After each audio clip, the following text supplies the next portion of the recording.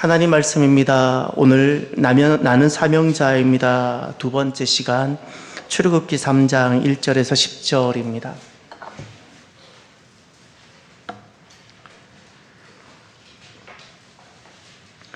이제 정성교사님은 우리 남성교 회원이 되신 거예요. 남성교 회원 여러분들은 책임지셔야 돼요. 자, 나는 사명자입니다. 두 번째 시간 출애굽기 3장 1절에서 10절 말씀. 오늘 또 교독을 하겠습니다. 제가 한 절 읽고 여러분들께 3절 읽고 함께 교독합니다. 하나님 말씀입니다. 모세가 그의 장인 미디안 제사장 이드로의 양떼를 치더니 그때를 광야 서쪽으로 인도하여 하나님의 산 호렙에 이르매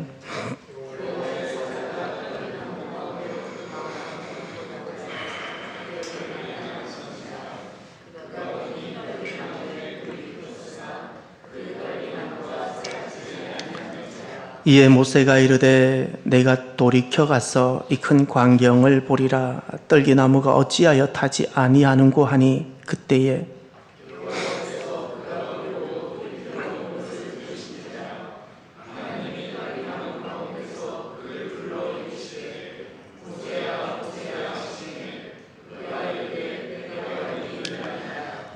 하나님이 이르시되 이리로 가까이 오지 말라. 내가 선 곳은 거룩한 땅이니 내 발에서 신을 벗으라.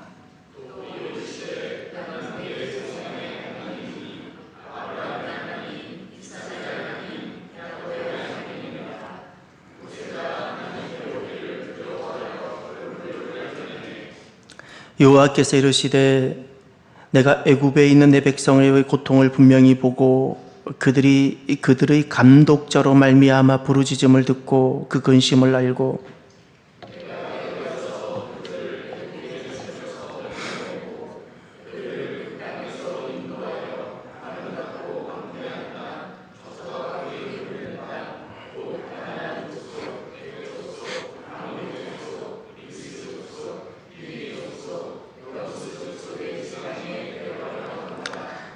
이제 가라. 이스라엘 자손의 부르짖음이 내게 달하고 애굽 사람이 그들을 괴롭히는 학대도 내가 보았으니 이제 내가 너를 바로에게 보내어 너에게 내 백성 이스라엘 자손을 애굽에서 인도하여 내게 하리라. 아멘. 어느 나이든 목수가 있었습니다. 그분은 오랜 세월 동안 교회를 건축해 왔습니다. 이 교회도 예쁘게 건축하고 저 교회도 예쁘게 건축하고 그러다가 세월이 흐르고 나이가 들었습니다. 이제 은퇴하게 됩니다. 마지막 성전 의자를 만드던 날이었습니다. 조용히 기도합니다. 주님, 이제 제 손이 너무 느려졌습니다. 하지만 제 마음은 여전히 주님을 위해 뜨겁습니다. 그때 주님께서 말씀합니다. 너의 손은 늙었지만 너의 사명은 늙지 않았다. 우리의 사명은 결코 늙지 않습니다. 우리의 사명은 녹슬지 않습니다. 저와 여러분이 세월이 흐르고 내 몸이 약해질지라도 사명이 나를 이끌어가는 사명자들이 되시기를 바랍니다. 사명이란 우리가 어제 말씀을 들었습니다. 보냄, 또 보내다 이 단어입니다. 그래서 그 단어에서 나온 것이 선교입니다. 그리고 그렇게 나온 그 단어에서 나온 사명자를 뜻하는 단어가 초대교회 때는 사도였고 오늘날 시대는 그것을 보냄받은 자 바로 선교사입니다. 저와 여러분이 모두가 선교사적인 삶을 살아가게 되길 바랍니다. 가정도 마찬가지입니다. 가정도 편안히 쉬는 곳으로만 있으면 반드시 영적인 싸움에 패배합니다. 가정은 여러분들께서 그곳으로 보낸 여러분은 선교사입니다. 가정의 선교사입니다. 여러분의 직장도 마찬가지입니다. 그것으로 보냄받은 선교사적인 삶을 살아내시길 바랍니다. 우리는 보냄받은 자는 어디서든 내가 있는 그 모든 곳은 그곳에서 보냄받은 자로 선교사적인 삶을 살아가게 됩니다. 사명이란 바로 그겁니다. 선교사적인 삶을 살아가는 겁니다. 명령을 수행하기 위하여 임무수행이라고 그랬죠. 임무수행하기 위해 보냄받은 겁니다. 가정 안에서 선교사적인 삶을 살아간다는 것은 하나님께서 우리 가정을 향한 나에게 주신 미션, 임무가 있는데 그 임무를 나는 수행하기 위해서 그곳에 있는 거예요. 그저 내 아내를 사랑하고 그저 내 자녀를 잘 기르고가 아니라 하나님께서 이 가정이라는 곳에 하나님이 원하는 계획과 뜻이 있는데 그것을 나에게 임무로 주셨는데 그 임무를 수행하기 위해 내가 있는 겁니다. 그리고 나는 그것을 보내어진 겁니다. 그래서 노아는 하나님께서 그에게 주신 임무를 수행하기 위하여 보냄받은 자의 삶을 살았습니다. 그것이 방주를 짓는 것이었습니다. 아브라함은 하나님께서 그에게 주신 임무를 수행하기 위하여 보냄받은 자의 삶을 살았습니다. 그것이 본토 친척 아비 집을 떠나 내가 내게 지시하는 땅으로 가는 것, 가나안으로 가는 것이었습니다. 제자들은 예수님께서 주신 임무를 수행하기 위하여 보냄받은 자의 삶, 사도의 삶을 살아갑니다. 제자들은 제자의 삶, 예수님을 따르는 삶에서 그치지 않았습니다. 따르는 삶에서 넘어서 보냄받은 자의 삶을 살아갑니다. 그것이 모든 민족을 제자로 삼는 것이었습니다. 그래서 제자들은 다 흩어져서 세계 곳곳으로 가서 복음을 전했고 사도 도마는 인도의 복음을 전하고 그리고 일부 기록에는 이곳 우리나라가 살고 있는 이곳도 와서 복음을 전했다는 기록의 흔적들이 남아 있습니다. 사명은 사람을 위대하게 합니다. 사명의 삶은 우리의 삶을 위대하게 합니다. 저와 여러분이 우리가 가지고 있는 지식은 일천하고 우리의 연수는 얼마 되지 않을지라도 저와 여러분은 얼마든지 위대한 삶을 살아낼 수 있습니다. 사명을 붙잡읍시다. 사명을 붙잡으면 위대한 삶은 우리가 살아낼 수 있습니다. 그러면 어떻게 하면 위대한 사명의 삶을 살아갈 수 있을까요? 한 개인이 사명의 삶을 살게 하는 기초가 있다면 그 기초는 도대체 무엇일까요? 오늘 본문에 모세가 거룩하신 하나님의 그 부르심을 받습니다. 여기서 우리가 질문 하나 드려봅시다. 하나님께서 모세를 부르십니다. 하나님의 부르심이란 무엇일까요? 네 가지가 분명히 있습니다. 하나님의 부르심이란 첫째, 하나님께서 목적을 가지심입니다. 하나님께서 누구를 그냥 부를 때 의미 없게 우리가 산에 가서 야호 하듯이 그냥 한번 불러보내시는 것이 아닙니다. 하나님은 분명한 작정과 목적을 가지시고 부르시는 겁니다. 그 부르심이란 모세를 지금 부르고 계시는데 하나님의 부르심에는 가장 먼저 하나님께서 목적을 가지신다는 뜻입니다. 그리고 두 번째, 하나님의 부르심이란 사람이 하나님을 찾아오는 것이 아니라 하나님께서 친히 사람을 어디 꼴짝에 있든지 호렙산에 있든지 세상 끝에 있든지 그가 벼랑 끝에 있든지 깊은 수렁에 있든지 어디에 있든지 하나님께서 직접 친히 찾아가시는 겁니다. 이것이 하나님의 부르심입니다. 하나님이 찾아오시고 찾아내십니다.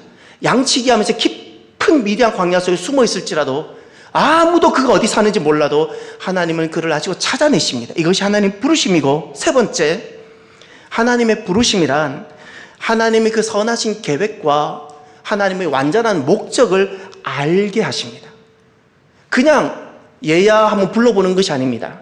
그 순간 우리에겐 어떤 영적인 작동들이 막 일어나는가 하면 마치 머리라는 컴퓨터가 막 작동되어서 아무도 가르쳐주지 않았는데 하나님의 영원한 계획들이 내게 쑥 들어오게 되고 그것이 마치 내가 오래전부터 알고 있었던 내 지식이고 너무나도 잃어버려서는 안 되는 어떤 소중한 보물처럼 내게 다가오게 되는 겁니다. 이렇게 하나님은 하나님의 계획과 목적을 알게 하십니다. 부르심을 통하여. 네 번째, 하나님의 부르심이란 그 하나님의 목적을 수행하고 이루게 하기 위하여 우리에게, 사람에게 그것을 임무로 주십니다. 임무, 바로 미션으로 주십니다. 이것이 하나님의 부르심입니다. 돌아보면 그 부르심이란 사람이 살아가면서 경험할 수 있는 수많은 은혜 중에 부르심이란 이런 겁니다. 정말 특별한 두 가지 은혜가 있는데, 부르심이란 돌아보면 우리의 패러다임의 변화를 가져오게 하는 은혜입니다. 우리가 살아가면서 방언도 경험할 수 있습니다. 우리가 살아가면서 몸에 병이 나올 수도 있습니다. 수많은 하나님 은혜를 우리가 경험합니다. 정말 찬찬한 작은 기도까지, 하나님 저 정말 지금 신방이 급한데 하나님 주차장 하나 마련해 주십시오. 정말 주차장이 마련됩니다. 수많은 우리가 기도 응답을 경험하고 하나님을 경험합니다. 그런데 부르심은 어떤 은혜인가 하면 내 패러다임의 변화를 가져오게 하는 은혜입니다. 사도 바울 다메섹에서 주님을 만나며 부르심을 입습니다. 그 한 번의 은혜가 그때 패러다임을 바꿉니다. 보는 것을 달리하고 이해하는 것이 바뀌고 세상을 보는 관점이 달라지고 삶의 목적이 달라지고 패러다임을 바꾸는 그 은혜가 부르심의 은혜입니다. 또 하나 돌아보면 부르심의 은혜는 어떤 것이 있었는가 하면 한 번 경험하는 은혜인데, 부르심의 은혜는 한 번 경험하는 은혜인데 평생 지속되는 은혜입니다. 제게도 마찬가지입니다. 한 번 경험된 은혜인데 이것이 안 소멸되어지고 안 지워지고, 그리고 특별히 어렵고 힘들 때마다 이것은 더 작동되고 나를 계속 견인하게 하고, 그리고 계속 내 속에 살아있고, 그리고 나를 계속 지속하게 하고, 이게 평생 지속하게 하는 은혜입니다. 이것이 부르심의 은혜입니다. 그래서 이 부르심의 은혜는 참 놀랍습니다. 나를 향한 하나님은 놀라운 목적이 있다는 것이 자체가 너무 놀랍고, 그 많은 사람들 중에 하나님께서 나를 택하셔서 부르셨다는 것이 너무너무 놀랍고 감격스럽고, 하나님을 음성으로 뵙고 또 하나님을 기적으로 뵙고 하나님을 응답으로 뵙고 또는 불 가운데 뵙고, 이렇게 하나님을 만나고 뵙고 경험하셨다는 것이 너무너무 감사하고, 그리고 누구도 가르쳐주지 아니하고 전혀 알지 못했던 그 하나님의 완전한 목적과 계획, 참된 지식을, 진리를 알게 하심이 너무너무 기쁜 겁니다. 무엇이 한 사람, 부모도 그를 바꾸지 못하고 세상에 그 무엇도 그를 바꾸지 못했는데 무엇이 그 한 사람을 바꾸어 사명의 삶, 사명으로 사는 삶이 되게 할까요? 하나님의 부르심입니다. 이것은 단순한 호출, 호명이 아닙니다. 놀라운 하나님의 은혜이며 놀라운 하나님의 사랑입니다. 하나님이 나를 딱 부르시는 그 순간 단순한 이재백 이렇게 한 번 그냥 호명하는 것이 아닙니다. 그 순간 엄청난 많은 역사가, 영적인 역사가 일어납니다. 하나님 은혜를 경험합니다. 나를 사랑하시는 그 하나님의 놀라운 사랑을 내가 다 느낍니다. 그리고 나를 향한 하나님의 계획을 내가 알아가기 시작합니다. 나를 선택하셨던 그 하나님께서 너무너무 감사해서 무릎을 꿇게 되어집니다. 그래서 사람이 이렇게 됩니다. 하나님의 부르심을 받게 되면 두 가지가 일어나는데, 하나가 순복하게 되는 복종입니다. 너무 감격스럽고 나 같은 것에 이른 그 은혜를 베풀어 주시는 것이 너무 가슴이 벅차기 때문에 그냥 무릎을 꿇는 정도가 아니라 땅속으로 들어가도 좋을 만큼 순복하고 엎드리게 되고 바짝 자빠지게 되는 복종이 일어나게 되고요. 또 하나가 그 은혜와 사랑이 너무너무 감사해서 목숨도 아깝지 아니하고 내어드리고 싶은 헌신이 내게 일어나는 겁니다. 이 복종과 헌신, 하나님의 부르심을 받게 되면 내 안에 자발적으로 이 복종과 헌신이 일어나서 그 복종과 헌신이 나로 하여금 하나님께서 주셨던 미션, 사명을 즐겁게 감당하게 하는 기초가 됩니다. 사도 바울 그렇게 어려웠는데 그 어려움이 하나님께서 나를 부르신 부르심보다 그 고난이 크지가 않아요. 죽을 만큼 힘든 순간도 많았는데 그 순간이 나를 부르신 하나님 부르심보다 이 순간이 작아요. 이 하나님 부르심이 언제 더 작동되는가? 어려울 때, 배고플 때, 매 맞을 때, 돌에 맞을 때, 배에 파산할 때, 그때마다 하나님 부르심이 작동하는 거예요. 그 부르심이 결국 사명의 삶을 살게 하는 겁니다. 오늘 본문에 하나님은 모세를 부르십니다. 오늘 본문에 모세를 부르시는 이 장면을 가만히 한번 보십시오. 6가지 구체적으로 부르심에 대해서 잘 설명하고 있습니다. 먼저 부르심은 지극히 평범한 일상에서 하나님께서 그를 불러주셨습니다. 평범한 일상이 하나님의 부르심의 자리였습니다. 1절을 보십시오. 모세가 그의 장인 미디안 제사장 이드로의 양떼를 치더니 그 떼를 광야 서쪽으로 인도하여 하나님의 산 호렙에 이르매. 아멘. 지금 오늘 본문은 모세가 하나님을 만나게 되고 하나님의 부르심을 입게 되는 정말 감격스러운, 한 번 이 은혜가 호렙산에서 주님을 만난 이 은혜가 모세가 느보산에서 주님 앞에 돌아갈 때까지 계속 지속이 됩니다. 지속이 됩니다. 그래서 바로 앞에서도 두렵지 않게 되는 겁니다. 지속이 됩니다. 그런데 그 하나님은 그를 어디서 찾아왔고 어느 순간에 찾아왔는가? 일상이었어요. 양떼를 치는 그 자리, 그리고 모세의 일생에서 가장 초라하고 가장 작은, 그리고 또 젊었을 때도 아닙니다. 이제는 나이가 80이나 되는 늦은, 힘이 다 빠진, 이제 모든 것을 다 내려놓아야 될 그 시점, 바로 그때 하나님 그를 찾아오셨습니다. 평범한 일상, 이제는 나는 더 이상 아니구나라는 생각이 드는 바로 그때 하나님 그를 찾아오셨습니다. 오늘 우리들이 살아가는 그 아무렇지 않는 그 삶, 주님께서 얼마든지 우리를 찾아오셔서 하나님은 나를 만나는 그 날이 얼마든지 될 수 있음을 기억하십시오. 하나님은 거룩한 성전이나 어떤 기도원에 계시는 것이 아닙니다. 주님은 내가 걸어가는 길에서도, 아주 시끄러운 그 지하철 안에서도 얼마든지 우리를 찾아오시는 분이시라는 사실 기억하십시다. 또 하나, 부르심은 오늘 모세의 부르심인데, 부르심은 모세가 하나님을 만나는 경험입니다. 하나님을 만남입니다. 하나님을 경험합니다. 2절을 보십시오. 여호와의 사자가 떨기나무 가운데로부터 나오는 불꽃 안에서 그에게 나타나시니라. 그가 보니 떨기나무에 불이 붙었으나 그 떨기나무가 사라지지 아니하는지라. 40년을 광야에 살았습니다. 이제 광야 골목 하나, 길바닥 하나 모르는 곳이 없고 손바닥 들여다보듯 훤히 압니다. 아마 오늘 이것도 한두 번 온 것이 아니었을 겁니다.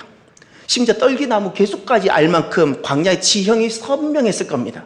지금까지 단 한 번도 본 적이 없는데 가끔 떨기나무에 불이 붙을 수 있습니다. 너무 건조하니까. 근데 보통 광야는 그렇습니다. 불이 붙자마자 소멸되는 겁니다.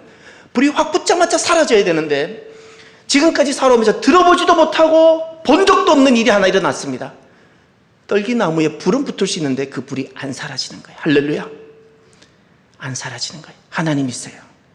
그가 지금 하나님을 만나는 겁니다. 저는 제 인생에 잔잔하게 수많은 하나님이 찾아오셨지만 초등학교 1학년 때 제 입에서 처음으로 예수님이라는 그 고백을 받으셨던 주님, 그러다가 초등학교 5학년 때 어머니의 입을 통하여 저는 하나님을 경험하게 됐어요. 그때 그 순간을 아직도 저는 너무나도 선명하게 기억합니다. 어머니가 어디 계셨고 제가 어떻게 앉아 있었으며 어머니의 음성이 다 기억나고 그 순간 제게 어떤 영적 작동이 있었는지, 그리고 내 가슴속에 무엇이 새겨졌는지, 그것이 초등학교 5학년 때예요. 그 순간 잊혀지지 않아요. 그 이후로 저는 패러다임이 바뀌게 되었어요. 무엇도 두렵지 않는, 무엇도 그냥 가능한, 그냥 다 해보고자 하는 이런 마음들이 들기 시작했습니다. 하나님의 만남입니다. 그 이후로 여러 가지 또 계속적인, 지속적인 어떤 하나님 경험이 있습니다. 중요한 것은 부르심을 향한, 부르심으로 인한 하나님의 경험입니다. 모세는 떨기나무 가운데 불꽃이 사라지지 않는 그 불로 하나님을 경험하는 겁니다. 또 세 번째, 부르심은 참 감격스러운 것이 있는데 닫힌 내 마음의 문을 개방하게 합니다. 내 마음의 문, 오늘 모세가 마음의 문을 여는 장면이 나옵니다. 4절을 보십시오. 여러분이 제가 읽을 테니 찾아보십시오. 여호와께서 그가 보려고 돌이켜오는 것을 보신지라.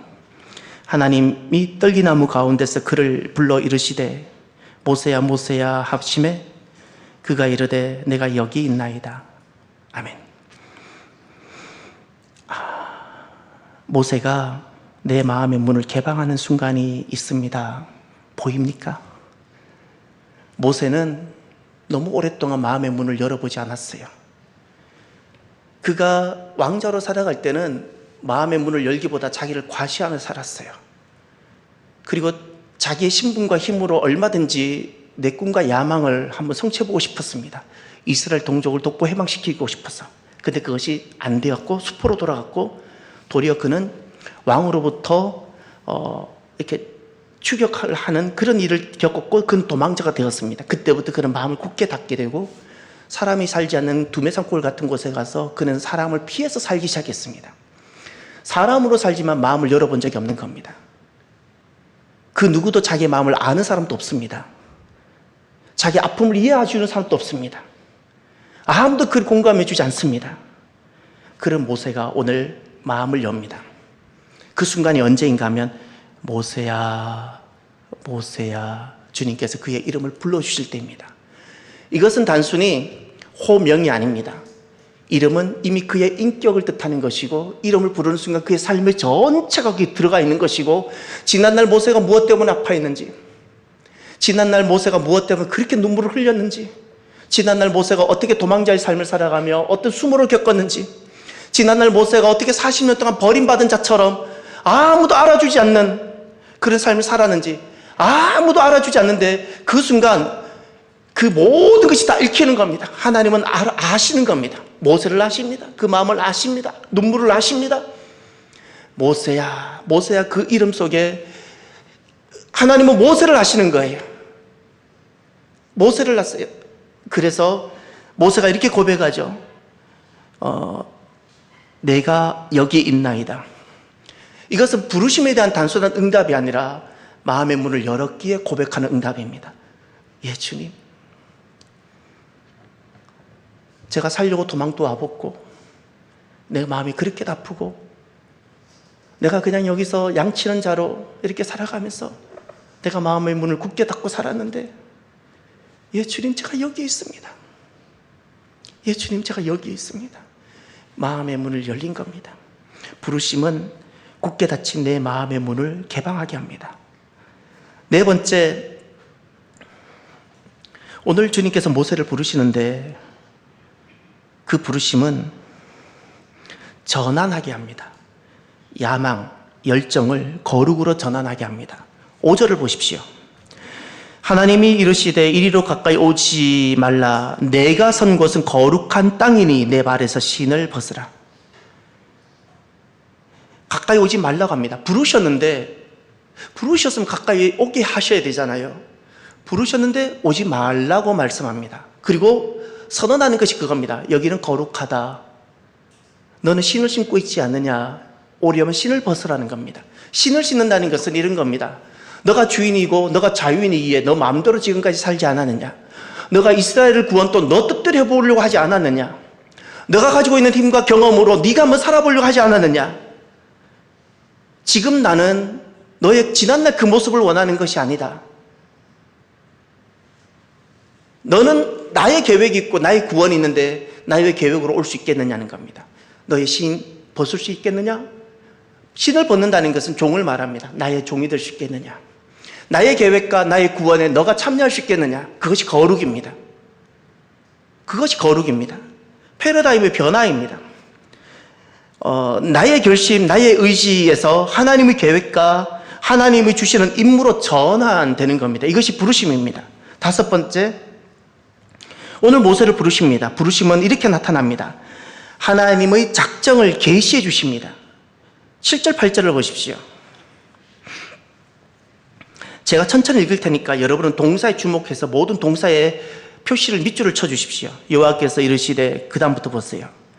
내가 애굽에 있는 내 백성의 고통을 분명히 보고 그들이 감독자로 말미암아 부르짖음을 듣고 그 근심을 알고 내가 내려가서 그들을 애굽인의 손에서 건져내고 그들을 그 땅에서 인도하여 아름답고 광대한 땅, 젖과 꿀이 흐르는 땅, 곧 가나안 족속, 헷 족속, 아모리 족속, 브리스 족속, 히위 족속, 여부스 족속의 지방에 데려가려 하노라. 아멘. 보다, 듣다, 그리고 알다. 보고 듣고 알다, 그리고 내려가다, 그리고 건져내다, 인도하다, 데려가다. 이것은 하나님의 계획입니다. 하나님의 작정하십니다. 이렇게 하실 겁니다. 근데 놀라운 것은 부르심은 무엇인가? 하나님 안에 있는 그 작정과 하나님 안에 있는 그 완전한 계획을 드러내시고 계시하시며 보여주시는 순간입니다. 할렐루야. 모세가 하나님의 부르심을 통하여 단순히 호명을 받은 것이 아니라 하나님의 완전한 작정을 알게 되는 겁니다. 그래서 참 부르심은 복된 겁니다. 마지막으로 부르심이 무엇일까요? 부르심은 보내심입니다. 9절과 10절을 보세요. 이제 가라, 이스라엘 자손의 부르심이 내게 달하고 애굽 사람이 그들을 괴롭히는 학대도 내가 보았으니 이제 내가 너를 바로에게 보내어 너에게 내 백성 이스라엘 자손을 애굽에서 인도하여 내게 하리라. 거기 이제 가라, 보내시죠. 가라, 보내심입니다. 또 10절에 내가 너를 바로에게 보내어, 내가 너를 보낸다, 내가 보낸다. 예. 부르심은 보내심입니다. 실은 부르시는 이유는 보내시기 위함입니다. 임무 수행하기 위하여 부르시는 겁니다. 부르심은 보내심입니다. 사랑하는 성도 여러분, 오늘 우리가 별밤 두 번째 날입니다. 나는 사명자입니다라는 주제로 한 주 내내 우리가 사명에 대해서, 사명의 삶에 대해서 우리가 말씀을 듣고 또 따라가 볼 겁니다. 모세가 어떻게 실패해 본 인생, 자기의 야망으로 무엇을 해보려다가 사람까지 죽여본 모세, 그 모세가 정말 위대한 삶을 노년에 그가 살 수 있게 되었을까요? 노년에 무엇이 그를 그 위대한 삶이 되게 했을까요? 하나님의 부르심입니다. 할렐루야. 그 부르심에 그가 잠잠히 순종하며 나왔던 겁니다. 말씀을 마무리합니다. 사랑하는 성도 여러분, 사명이란 나의 결심이나 결단이 아니라 하나님의 부르심에서 시작이 됩니다. 그 부르심은 내가 너무 감사하고 그 은혜가 너무 크기에 모든 것이 가능한 겁니다. 지난날 하나님께서 모세를 떨기나무 불꽃 가운데 찾아오셔서 불러주셨던 것처럼 하나님께서는 오늘 우리를 부르셨습니다. 부르심은 특별한 어떤 사람 또는 특별한 사건이 아니라 성도의 존재적 사건임을 기억하십시오.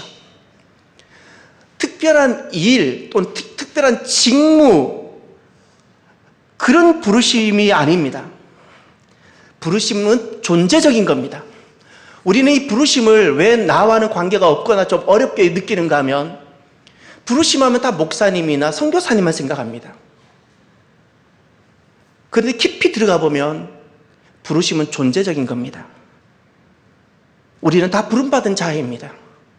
정말 하나님께 돌아온 사람은 하나님께 부름받은 자입니다. 그리고 우리는 다시금 하나님으로부터 보냄받은 삶을 살게 됩니다. 가정으로 보냄을 받고 이 세상 가운데 직장으로 보냄을 받고 우리는 다 보냄을 받은 자입니다.